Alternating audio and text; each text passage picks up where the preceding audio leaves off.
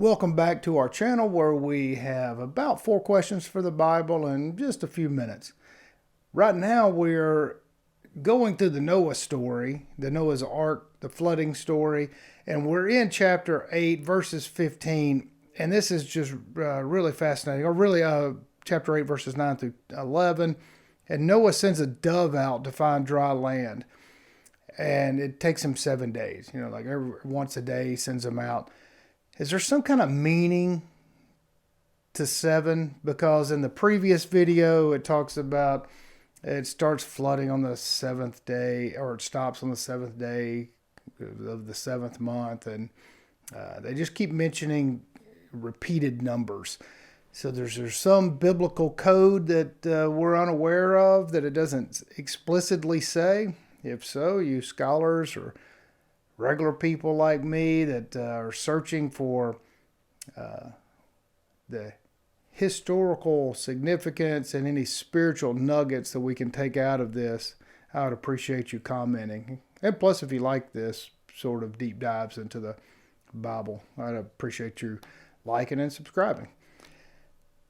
So now the second question is in chapter 8, verses 15. God tells Noah to go out of the ark because now it's dry.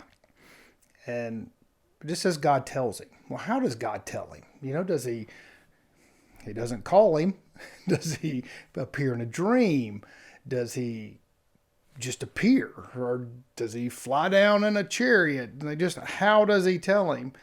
It doesn't say. It would be very interesting to know how, but it doesn't say. So any of y'all have any ideas, that'd be fantastic to hear from you.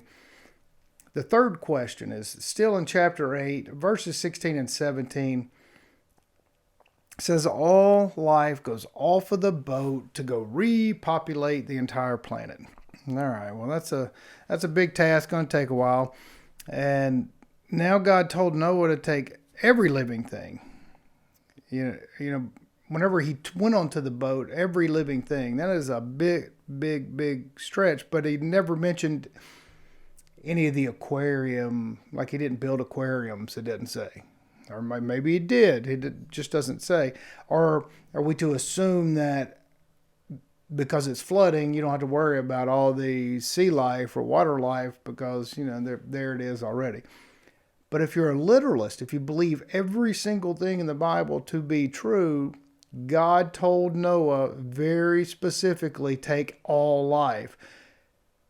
Well, all life means all life, so that means you better build some aquariums. And there's no explanation for that. So are we to assume that all of those are excluded? It would seem to make sense. But if you're a literalist, then you would have to say, well, God also had to make that because all life means all life. It doesn't mean all other life except for the water. So it's an interesting proposition for literalists. And question 4 is, does the absence of discussing the aquarium showcase in the reasonable mind that the Bible may be metaphorical and some of these stories, because there's not a great detail in them.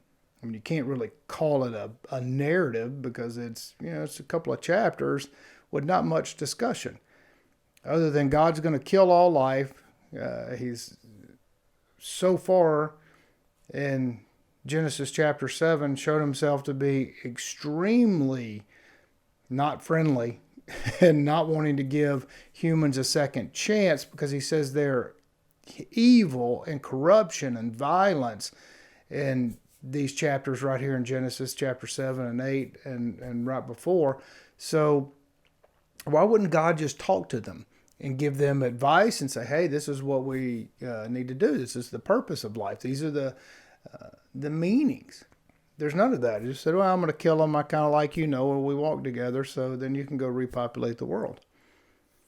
It's fascinating to me. I think that for people that find spiritual value in this book, then we should also delve into what this book actually means and what it means. and what it's actually saying. So with that, well, in no way am I bashing the Bible. No way. I just want to know it. I want to learn it. And I want to find out if there's any spiritual nuggets in it for me personally. And along that journey, if that helps you and your spiritual path, then I'm glad you're here and I appreciate you watching. And if you like other topics that explore yourself, explore how to use your critical thinking and the importance of that, because I believe, and the people that come here on Sundays at 1:15, if you're in the local area, we get together to explore that we believe the universe gives us critical thinking to exercise it. Like that is a part of worshiping the infinite, is to use the tools that the infinite gave us, and how to communicate better, how to build strong relationships with one another so that we can ultimately meditate and communicate with the divine in our own individual way. And if that appeals to you, our other channel where you can find a bunch of those videos, which are fascinating, fascinating to me anyway, and a lot of others, Mystics of Texas. And you can also find out about us at mysticsoftexas.com. Thanks for joining us. And if you like these deep dives, continue to join us. Thanks a bunch.